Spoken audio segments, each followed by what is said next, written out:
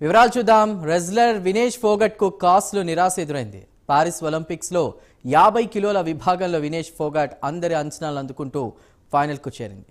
America wrestler Sahar హెల్బ్రాండ్ తో పసిడి fight కాసేపటి ఉందనగా నిర్వాహకులు ఆమె బరువు కొల్చారు. అయితే 100 గ్రాముల అదనపు బరువు ఉండడంతో వినేష్ ను నిర్వాహకులు అనర్హురాలుగా ప్రకటించారు. దాంతో ఫైనల్ ఆడలేకపోయిన ఆమె అపీల్ పై ఆర్బిట్రేషన్ కు కోర్టును ఆశ్రయించింది. అయితే ప్రస్తుతం ఇందులోనూ సిల్వర్ పథకం ఇవ్వాలంటూ వినేష్ వేసిన పిటిషన్ ని కాస్ తిరస్కరించింది.